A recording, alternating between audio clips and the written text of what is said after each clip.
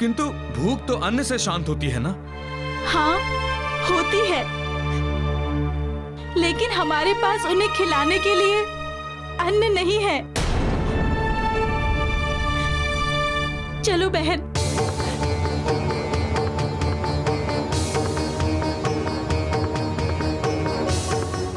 मेरे राज्य की इतनी दयनीय स्थिति कि लोग जल पीकर जीवन व्यतीत कर रहे हैं। जब प्राणी को अपने पाप की अनुभूति हो जाती है, तब पाप का टिकना असंभव हो जाता है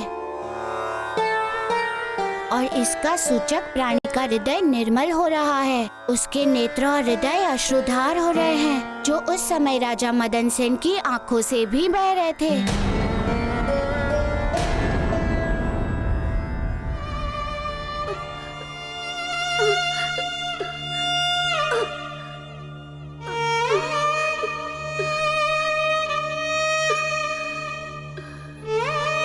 माता, ये क्या?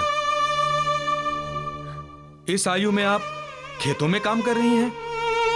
आपके पुत्र कहाँ हैं? यही है। तो फिर आप क्यों कुदाल चला रही हैं? वे आएंगे ना कुदाल चलाने? वो नहीं आएंगे। क्यों नहीं आएंगे माता? क्या आपसे झगड़कर चले गए हैं? नहीं।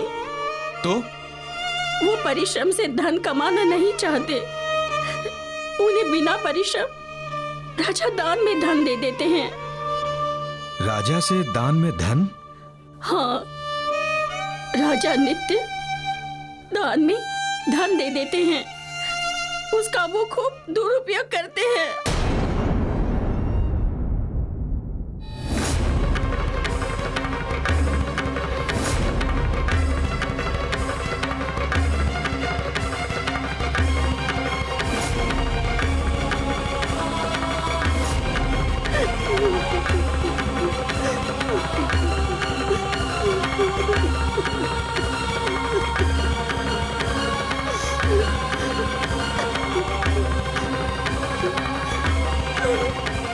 ये तुम्हारे कारण है राजा।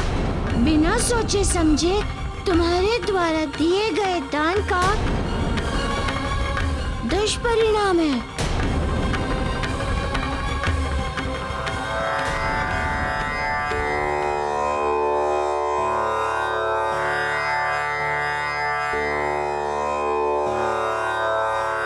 क्या हुआ ऋषिवर, आपके नेत्रों में नीर? प्रभु, मदन सेन की कथा सुनकर मुझे अपने पाप याद आ गए हैं।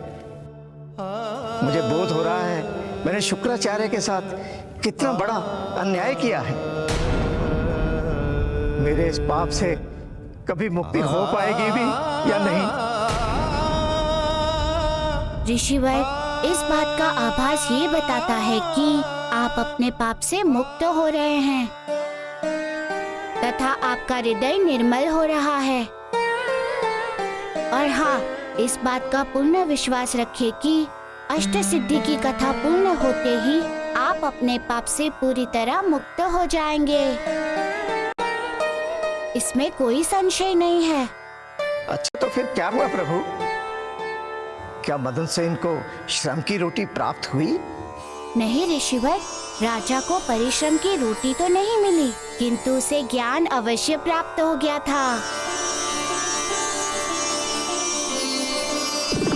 इस प्रकार राजा मदन सेन को अपने भूल की अनुभूति हुई कि उसने अपने धन के कारण संपूर्ण राज्य को कितनी बड़ी क्षति पहुंचाई है।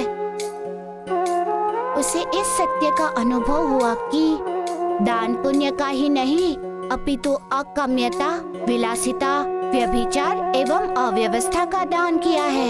एक अहंकारी को भी अंतबोध हो सकता है प्रभु? ऋषिवर, विवेक सर्वोपरि है, किंतु मनुष्य अपने विकारों के वशीभूत होने के कारण परमात्मा की ध्वनि को सुनता नहीं है, अनसुना कर देता है और विनाशकारी मार्ग पर अग्रसर होता चला जाता है। और वही राजा मदन सेन ने किया। समझ गया प्रभु।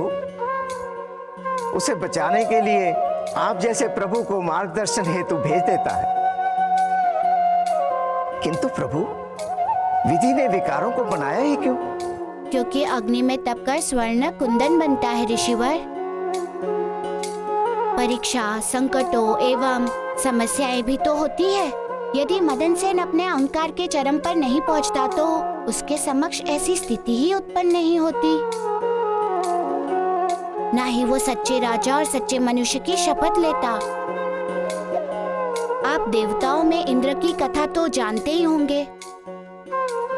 समस्त देवताओं की पूजा अर्चना होती है, किंतु उनकी केवल चर्चा है पुस्तकों में। संसार में उनकी पूजा ना के बराबर ही होती है, क्योंकि इसके मूल में उनका अहंकारी स्वभाव, छंदम चरित्र तथा स्वर्गलोक का मोह। मेरे कहने का तात्पर्य ये है कि जब विकार देवता तक को उनके देवत्व से निकाल सकता है, तो मनुष्य तो एक तुच्छ प्राणी है। समझ गया प्रभु। इन विकारों पर विजय प्राप्त करना ही मनुष्य का मूल धर्म होना चाहिए। बिल्कुल सत्य कहा आपने ऋषिवर। तो सार ये है कि विकारों का शमन किया जाए तथा मार्ग धर्म को प्रबल किया जाए और विधि के विधान के साथ चला जाए।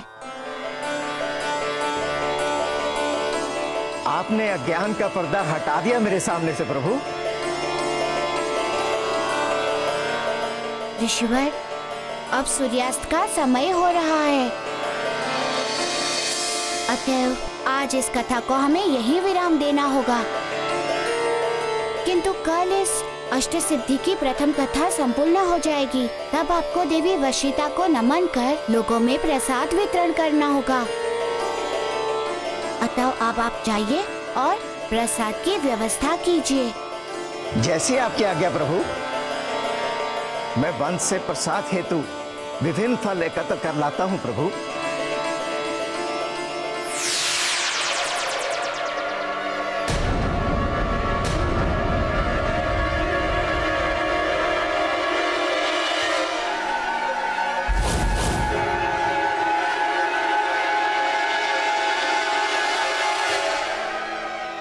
अंगीरा, तुम वन में तो अवश्य जाओगे, पर तुम्हें फल की प्राप्ति नहीं, मृत्यु की प्राप्ति होगी। मृत्यु की, क्योंकि हम जो है तुम्हारे पीछे।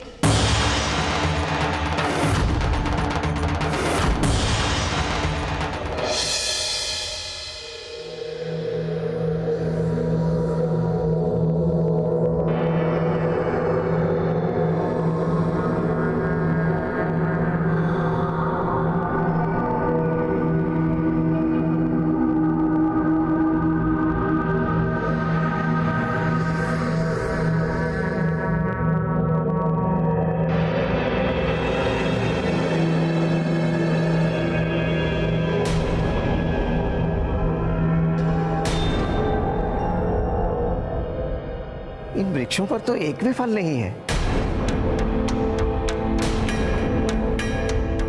जबकि ये ऋतु तो फल देने वाली है। कहाँ गए इन वृक्षों के फल?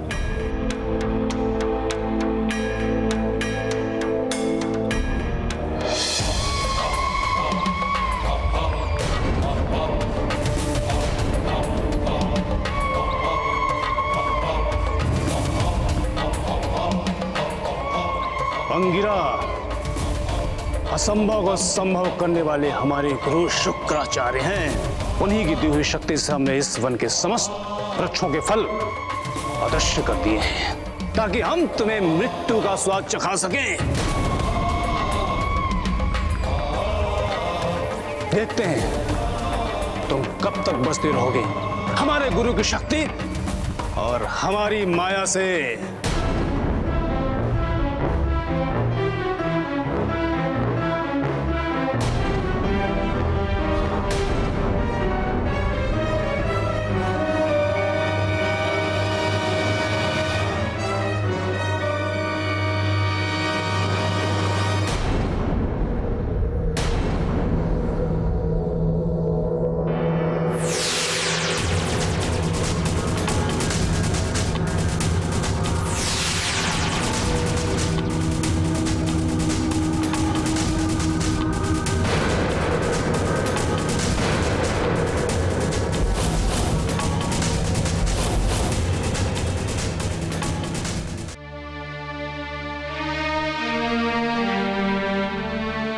प्रणाम ऋषिवर।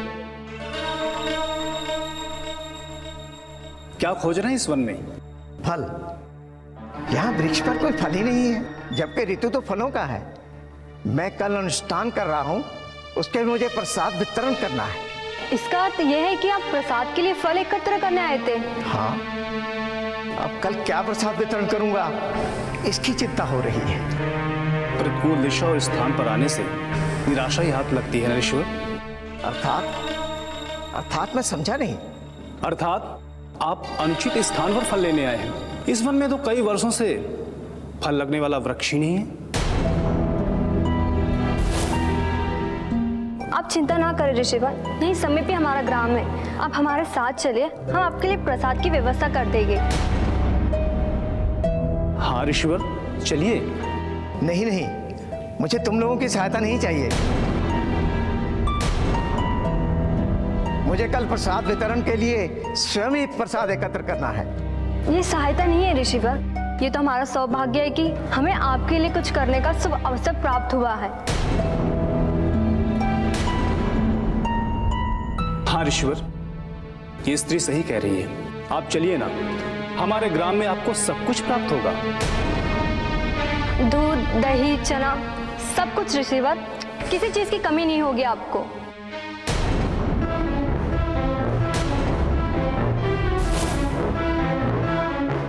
कहीं ऐसा तो नहीं कि ये दोनों भी पूर्व की भांति मायावी हों?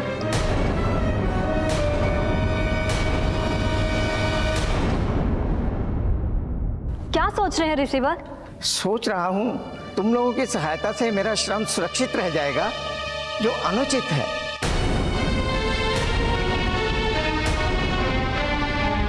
कैसे आपका श्रम सुरक्षित रहेगा ऋषिवर? आप स्वयं चलेंगे, स्वयं प्रसाद की वस्तुओं को लेकर आओगे, तो कहाँ आपका श्रम बचेगा? हम तो केवल आपको उस स्थान तक लेके जा रहे हैं।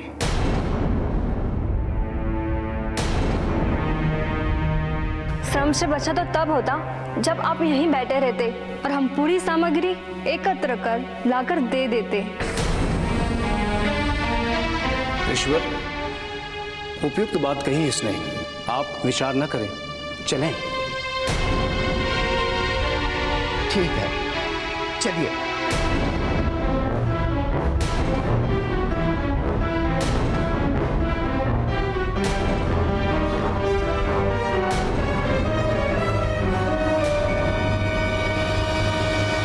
चलिए ऋषिवर।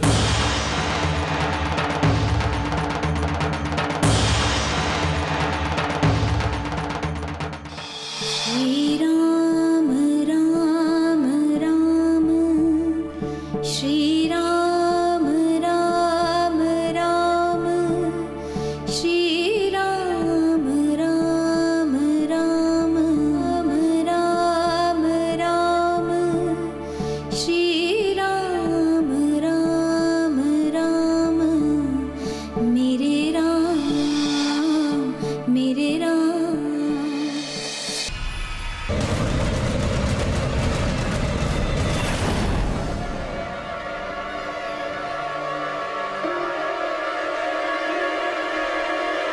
ऋषिवर, अभी तक आपके मन से लोभ का नाश पूर्ण रूप से नहीं हुआ है। यदि लोभ समाप्त हो गया होता तो आप प्रसाद की व्यवस्था स्वयं से करने के स्थान पर उन असुरों के साथ नहीं जाते। अष्ट सिद्धि की ये कथा जो मैं आपको सुना रहा हूँ, वो श्रम के महत्व को स्थापित करने वाली कथा है, तथा साथ ही साथ किसी भी प्रकार के कोप से बचने की शिक्षा देती है। किंतु जब उसी ज्ञान को अपने वास्तविक जीवन में प्रयोग करने की बात आती है, तब हम चूक जाते हैं। अपने सुख और स्वार्थ के कारण अंतः ज्ञान को परे धकेल देते हैं तथा वास्तविक रूप कष्ट उठाने और संकट में घिर जाने के उत्तरदायी हो जाते हैं। और आप भी इस समय लोभ के कारण संकट के दलदल में फंस गए हैं।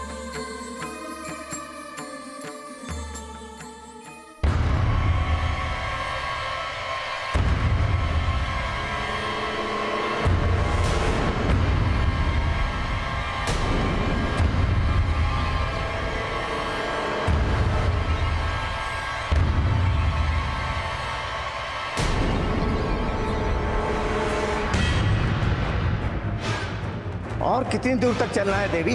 कहाँ है आपका ग्राम और कब तक चलना है? अब बस वो स्थान आने ही वाला ऋषिवर जहाँ आपको अपने कर्मों का प्रसाद प्राप्त होगा। मैं आपका कथन समझा नहीं देवी।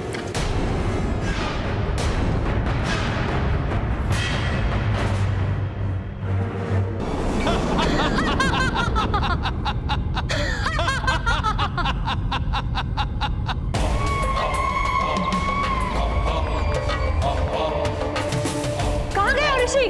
कहाँ गया? चाहे वो कहीं भी गया हो, ये वन प्रदेश हमारा है, हमारे अधीन है। यहाँ उसकी शक्तियां काम नहीं करेंगी। तुम चिंता मत करो, वो हमसे अधिक समय तक वो हमसे छुप नहीं सकता। ढूंढ निकालेंगे हम उसे।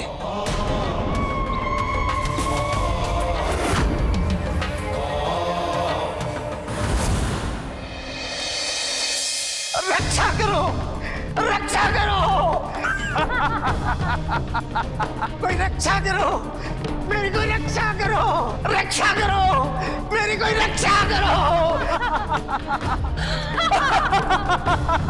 रक्षा करो, रक्षा करो।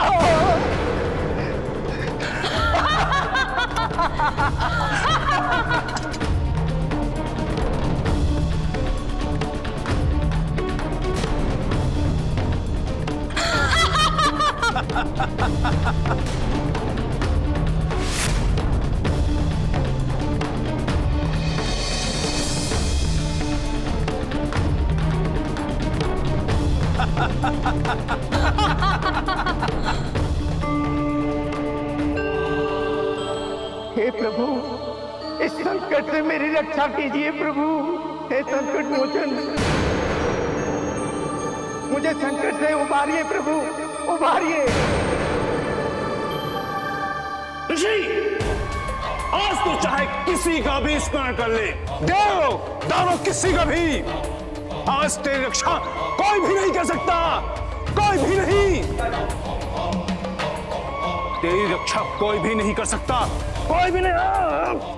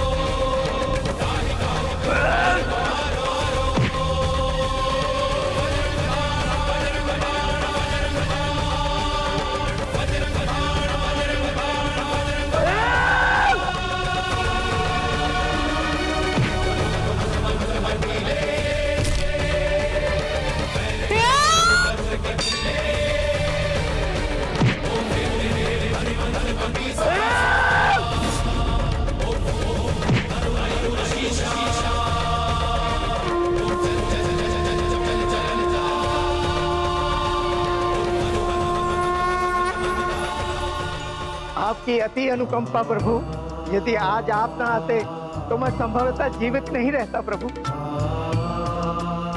और न जाने कई जन्मों तक अपने पाप के दम से हताहत होता रहता। नहीं ऋषिवर, आपकी रक्षा में मेरा कोई योगदान नहीं है। आपकी रक्षा का मूल है अष्ट सिद्धि की कथा का शुद्ध मन से श्रवण करने का, श्रवण करने का अथवा पुण्य करने का, सत्कर्म गिनने का मूल है आपका मोह। यदि कथा श्रवण का नियम पालन नहीं होता तो सच में आज भारी अनर्थ हो जाता। श्रम को अपना मूल मंत्र बनाएंगे तभी आप लोगों पर विजय प्राप्त कर सकते हैं। प्रजा को अपने श्रम से एकत्रित कीजिए। श्रम से प्राप्त किया गया ये भी सहस्त्र से वार होगा। प्रभु क्षमा करें, दोबारा ऐसी भूल नहीं होगी प्रभु।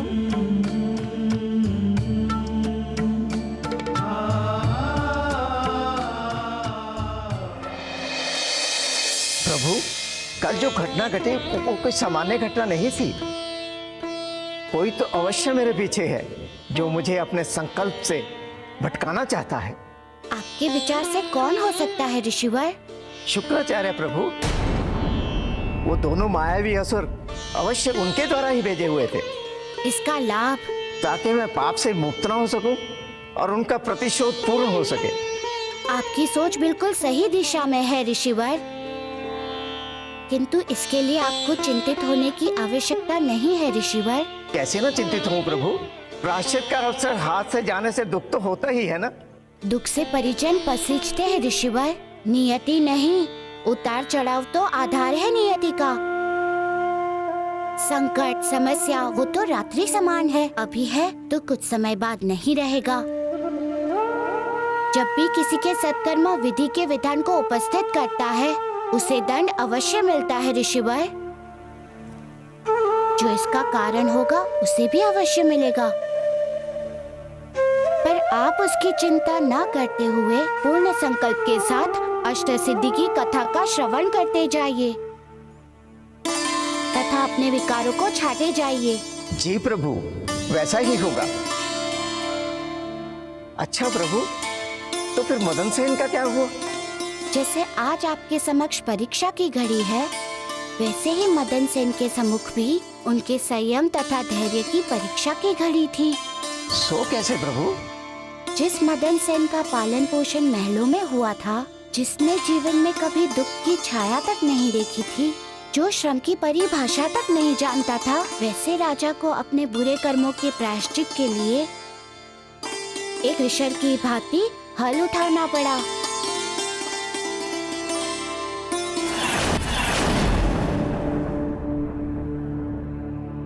प्रभु, क्या खेतों में फल चलाने मात्र ही राजा मदन सेन के समस्त पापों का प्रायश्चित हो गया? नहीं ऋषिवर, खेतों में हल चलाने से उसके पापों का प्रायश्चित नहीं हुआ, बस उसके प्रायश्चित का प्रारंभ हुआ।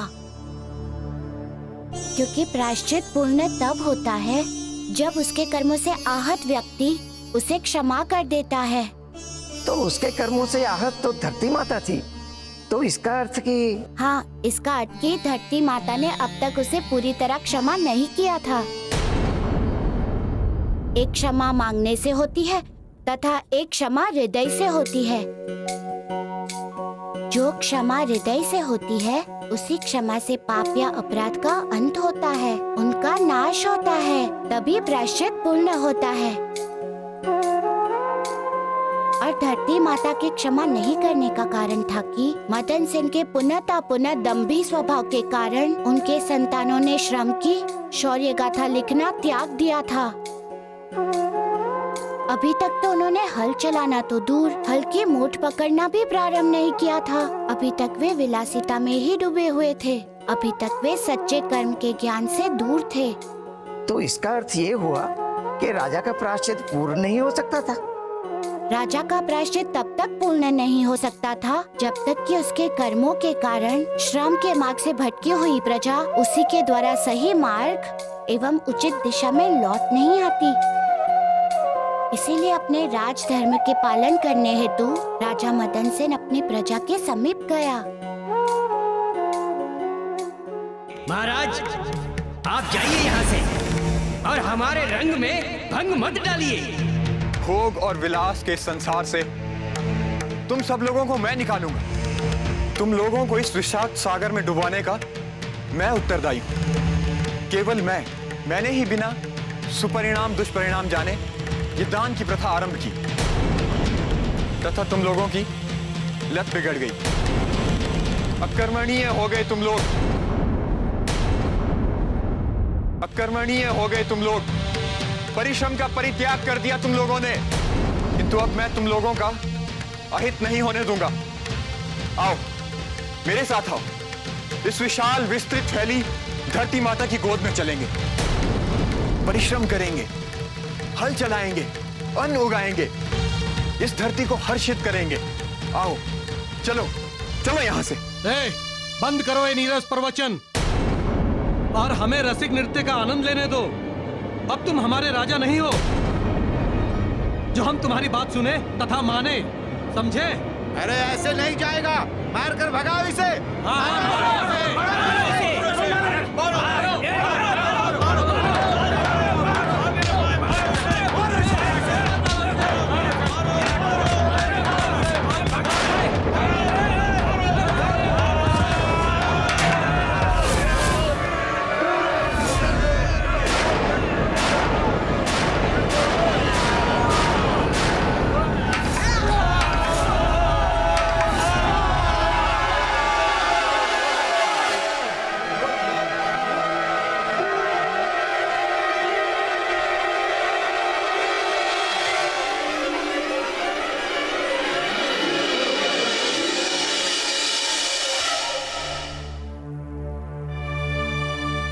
यूं निराश अधीर ना होइए राजन। मैंने तुम लोगों से बड़ा स्वार्थी नहीं देखा इस संसार में। जिस राजा से लाखों स्वर्ण मुद्राएं प्रतिदिन दान स्वरूप प्राप्त करते थे, आज उसी राजा पर लाठियों का प्रहार कर रहे हो। जब बिना परिश्रम धन प्राप्त हो रहा था, तब तुम में से किसी ने ये प्रश्न नहीं किया कि बिना परिश्रम ये धन क्यों दिया जा रहा है। किंतु आज जब तुम्हारा राजा दान स्वरूप धन नहीं दे रहा, तुम्हें सद्मार्ग पर वापस ले जाने का प्रयास कर रहा है, तो तुम लोगों ने अपने उसी राजा की ये स्थिति कर दी। अरे मूर्खों, देखो देखो अपने राजा को देखो। जब अतुल धन राशि वाले राजा का धन समाप्त हो गया, तब फिर तुम लोगों का क्या अस्तित्व? क्या सोच रहे हो तुम लोग कि तुम लोगों का धन सदैव बचा रहेगा? सोचो, उस समय हेतु जब तुम्हारा ये धन तुम्हारे पास नहीं होगा, तब उस समय क्या करोगे तुम लोग?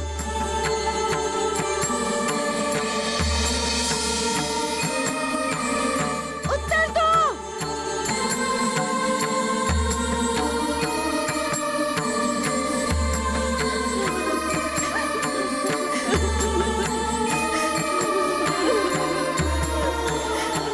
अपनी नहीं तो कम से कम अपनी स्त्रियों के बारे में सोचो, अपने बच्चों के विषय में सोचो। आज उस धन के होते हुए भी वो भूख से बिलख रहे हैं, और कल जब नहीं होगा तब क्या होगा उनका?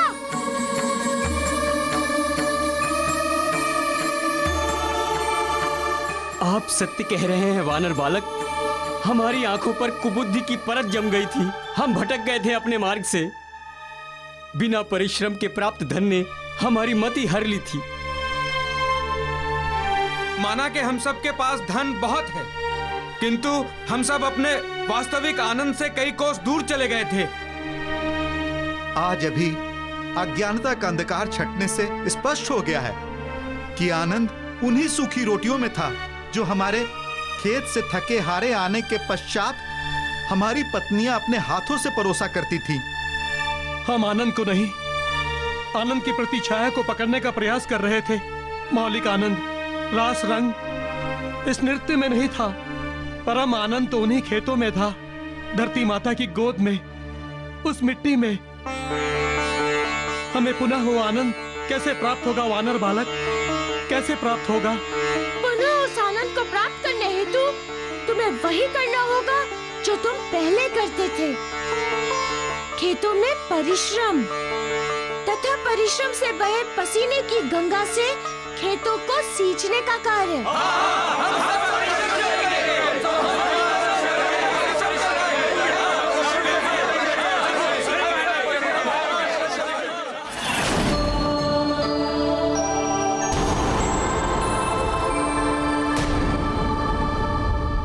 आओ, मेरे साथ आओ। इस विशाल विस्तृत फैली धरती माता की गोद में चलेंगे, परिश्रम करेंगे, हल चलाएंगे, अन्न उगाएंगे, इस धरती को हर्षित करेंगे। आओ, चलो चलो यहां से। बंद करो ये नीरस प्रवचन और हमें रसिक नृत्य का आनंद लेने दो। अब तुम हमारे राजा नहीं हो जो हम तुम्हारी बात सुने तथा माने, समझे? अरे ऐसे नहीं जाएगा, मार कर भगाओ इसे।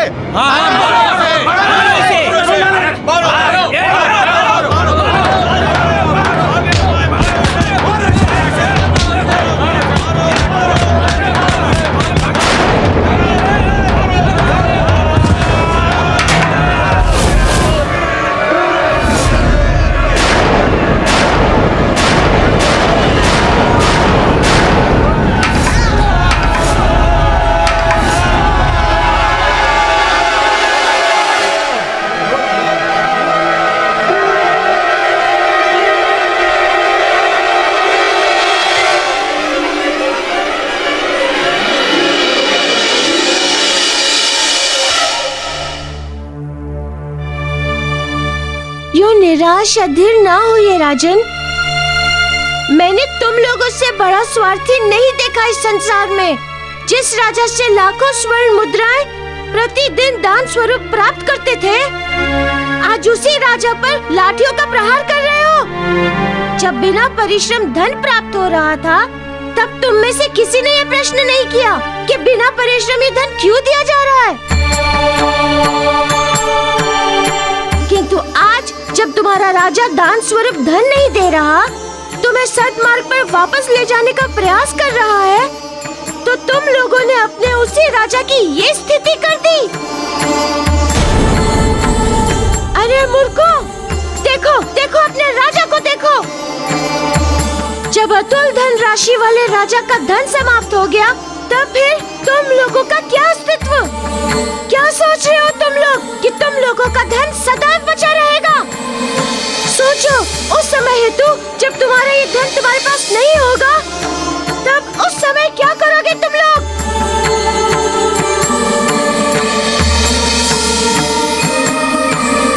उत्तर दो।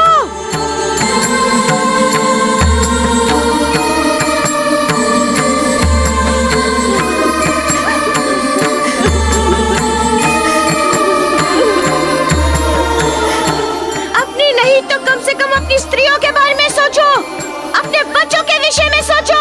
आज उस धन के होते हुए भी वो भूख से बिलख रहे हैं, और कल जब नहीं होगा तब क्या होगा उनका?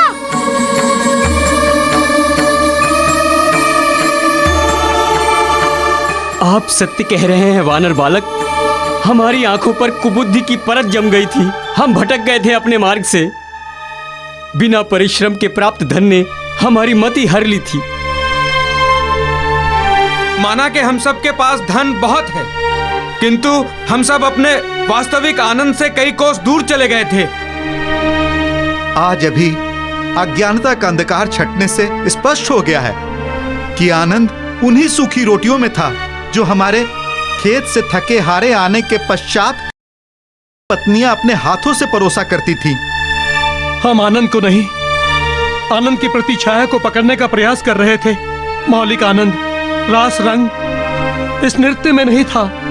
परम आनंद तो उन्हीं खेतों में था, धरती माता की गोद में, उस मिट्टी में।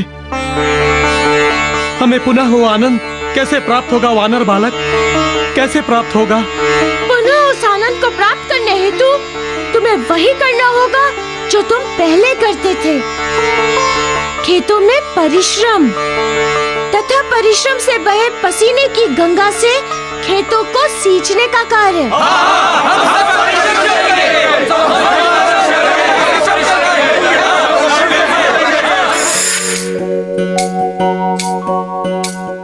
अंततः सभी कृषकों को ये बात समझ में आ गई कि परिश्रम ही जीवन का सहारा है तथा कर्म ही जीवन का आधार।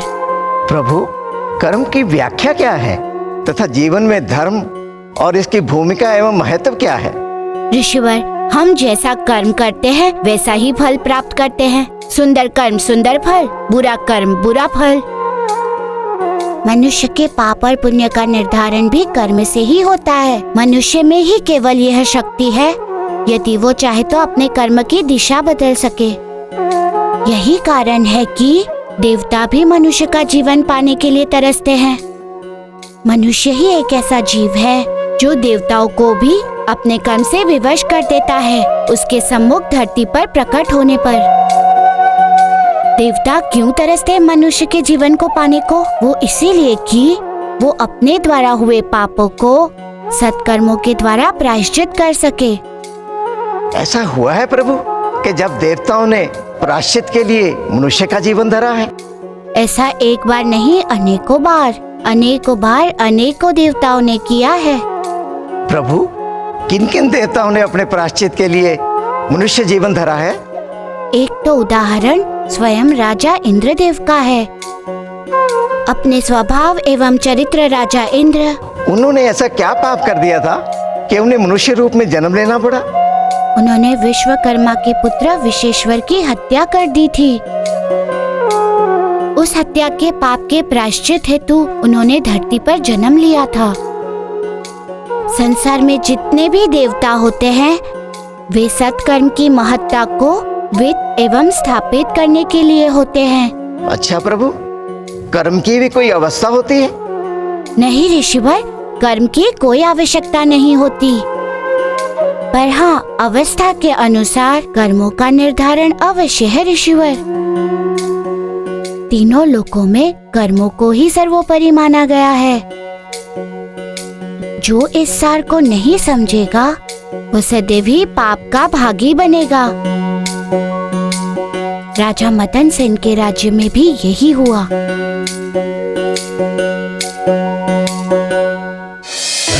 लाल लौटी सब आवई, हल चलाई सब अन्न उगावई। धरती के लाल लौटी सब आवई, हल चलाई सब अन्न उगावई। ओ अन्न के महिमा हनुमत गावई। अन्न है जीवन सबका बतावई।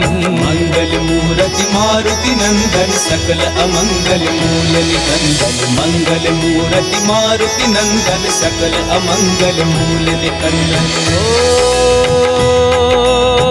धरती कैलाल लौटी सब आवही,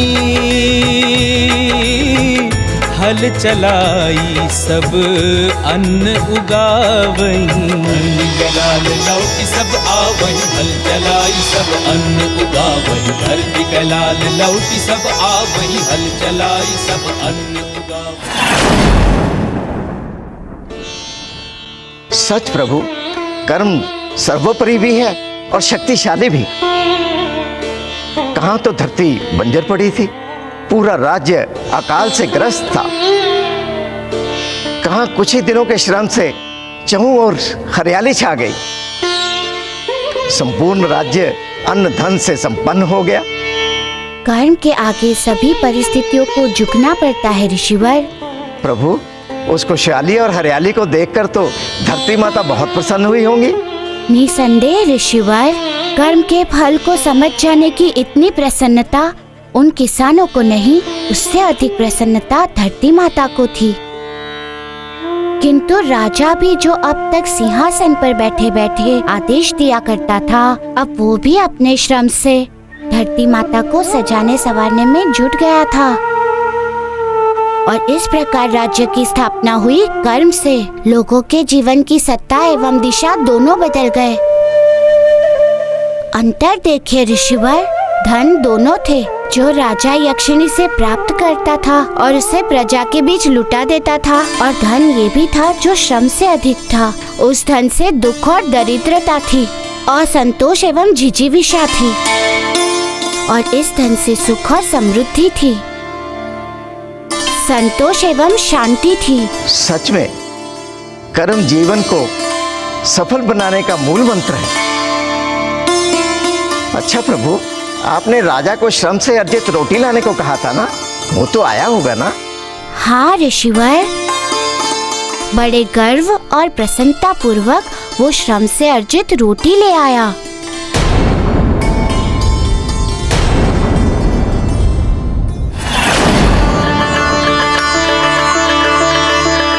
मारुति, इसे स्वीकार करें। क्या है राजन?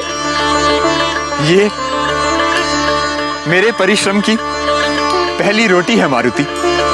इसे मैं आपको अर्पित करना चाहता हूं। मेरे राज्य में हर्ष का मूल आप ही तो हैं। आप ही के कारण मेरे राज्य में प्रसन्नता का आगमन पुनः हुआ है। बहुत बहुत धन्यवाद राजन। किंतु मुझसे पहले इस अन्नपूर्णा देवी को, इस माता को अर्पित करो। अन्नपूर्णा के अर्पण पर सबसे पहला अधिकार इनका है। लीजिए माता, अपनी संतान की परिश्रम की प्रथम रोटी स्वीकार कीजिए।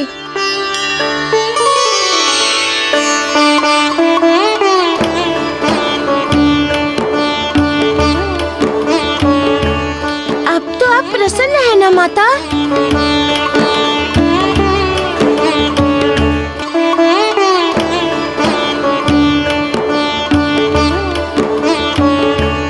अब माता। आज तक इस संसार में मुझे किसी ने इतनी अधिक प्रसन्नता मेरी झोली में नहीं डाली पुत्र। तुमने मुझे तथा इस राज्य दोनों का अमंगल दूर कर दिया पुत्र। तुमने समस्त दुख हर लिए पुत्र। मैं तुमसे अति प्रसन्न हूँ। अति निराशा की सूखी काया में तुमने आशा एवं उत्साह का स्रोत भर दिया है पुत्र। तुम्हारा मंगल हो पुत्र। मुझे ज्ञात हो गया है मारुति कि प्राणी के जीवन में कर्म ही प्रधान है। कर्म बिना मनुष्य का जीवन निरर्थक है, आनंद विहीन है। मुझे ये स्मरण रहेगा तथा मैं अपने जीवन में इसका व्यवहार करूंगा। ये मेरा वचन है आपसे। आपके मुख से ये सुनकर प्रसन्नता हुई। अब आप जाइए तथा अपने राज्य को संभालिए। आप धन्य है मारुति, आप धन्य है, विलक्षण है आप। किंतु प्रभु, एक बात तो मेरी समझ में आई ही नहीं। क्या ऋषिवर? यही कि राजा मदन सेन सहित सभी ग्रामीण अदृश्य कैसे हो गए? ये कैसी माया थी प्रभु? ऋषिवर, इस संसार में लीलाओं का समावेश है, इसलिए प्रभु को जब भी संसार को समावेश में लाना होता है अथवा ज्ञान देना होता है तो वे स्वयं लीलाधर बन जाते हैं। किंतु प्रभु, परमपिता को ऐसा करने की क्या आवश्यकता पड़ गई? उनके संतानों के लिए तो उनका आदेश ही अधिक है। हाँ ऋषिवर, जब एक पुत्र अपने पिता के आदेश को मानने से मुकर जाता है जबकि वो प्रत्यक्ष उपस्थित होता है तो वो अपने परमपिता के आदेश को कैसे मानेगा जो अदृश्य है? और मनुष्य तो विकारों का पुतला है। वो तो सदैव ठगनी माया के पीछे भागता है। इसीलिए उन्होंने अपनी संतानों को समझाने हेतु माया की रचना करनी पड़ेगी ताकि वो समझ सके और कुमार्ग पर जाने से बच सके। ऐसी दया है उनकी अपनी संतानों पर। हाँ ऋषिवर, और पता है वो माया किसने रची थी? किसने प्रभु? स्वयं देवी वशिता ने, ताकि संसार में वे धर्म एवं कर्म की महत्ता को स्थापित कर सके। हाँ प्रभु, इस कथा से तो यही स्पष्ट हुआ। अच्छा प्रभु, देवी वशिता किसका रूप थी? देवी वशिता रूप थी धरती माता का, जिन्होंने मेरी परीक्षा करने के लिए उस रूप को धारण किया था। आपकी परीक्षा? किंतु क्यों प्रभु? क्योंकि मैं वो शिक्षा प्राप्त करने जा रहा था। जब कोई शिक्षार्थी गुरुकुल में शिक्षा ग्रहण करने जाता है, एक समय पश्चात गुरु उसकी परीक्षा लेते हैं, ये जानने के लिए कि उन्होंने जो शिक्षा दी है वो उसमें निपुण हुआ है या नहीं। उन्हें लगा होगा मैं योग्य हूँ भी या नहीं। इसका अर्थ कि आप उन्हें पहचान गए थे? मैंने तो उन्हें देखते ही पहचान लिया था। फिर इतना कुछ होने तक आप मौन क्यों रहे प्रभु? संसार के कल्याण के लिए। यदि मैं उसी समय कह देता कि मैं आपको पहचानता हूँ तो मेरी परीक्षा पूर्ण नहीं होती। उसके उपरांत क्या हुआ प्रभु? जो अधिकतर समारोह में होता है, मैं उनके समीप गया और उनसे आशीर्वाद ग्रहण किया।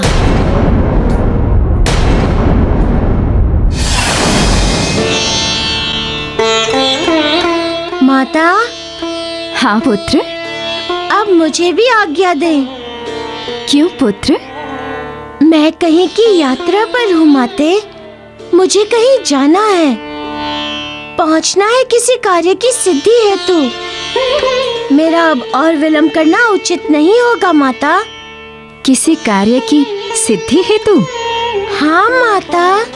जाओ पुत्र, अवश्य जाओ, किंतु मैं तुम्हारे किसी रूप में सहायक सिद्ध हो सकती हूँ तो अवश्य कहना। धन्यवाद माता। आपका इतना कहना ही मेरे लिए बहुत बड़ा संबल हो गया। धन्यवाद माता। आपका इतना कहना ही मेरे लिए बहुत बड़ा संबल हो गया।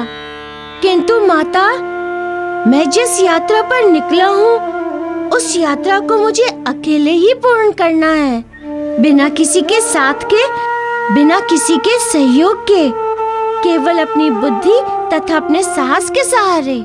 जैसी तुम्हारी इच्छा। मेरा आशीर्वाद तुम्हारे साथ है।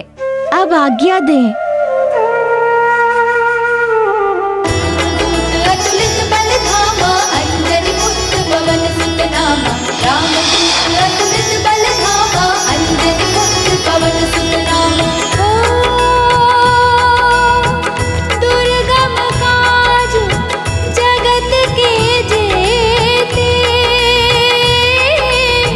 सुगम अनुग्रह तुम्हरे तेते। दुर्गम काज जगत के जेते, सुगम अनुग्रह तुम्हरे तेते। दुर्गम काज जगत के जेते, सुगम अनुग्रह तुम्हरे तेते।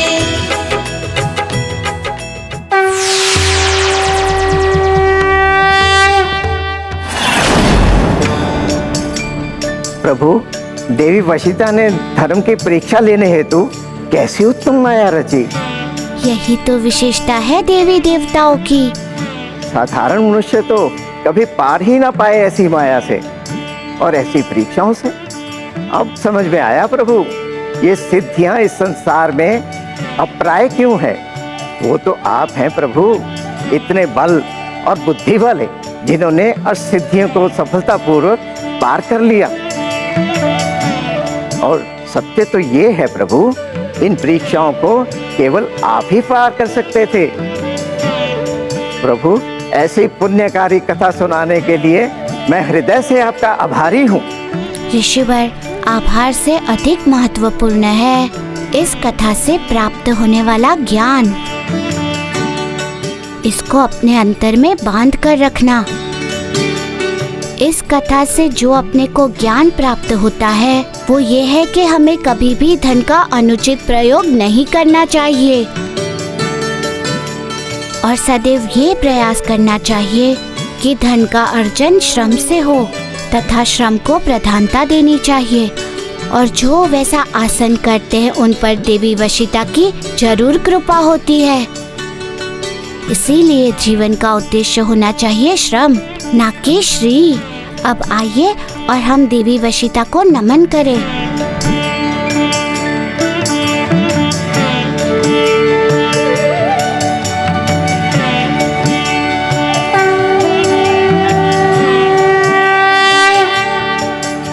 ऋषिवर, इस प्रकार अष्ट सिद्धि की प्रथम कथा पूर्ण हुई। अब इस कथा का पूर्ण फल प्राप्त करने हेतु आपको माता लक्ष्मी को प्रसाद अर्पित कर उसे वितरित करना होगा। माता लक्ष्मी को प्रसाद? किंतु प्रभु, ये कथा तो देवी वशिता की थी। उस नाते तो देवी वशिता को प्रसाद अर्पित करना चाहिए। आपका संशय सही है ऋषिवर, किंतु सभी अष्ट सिद्धियां माता लक्ष्मी के अधीन है। वो इन सब की अधिष्ठात्री देवी हैं। जो आज्ञा प्रभु।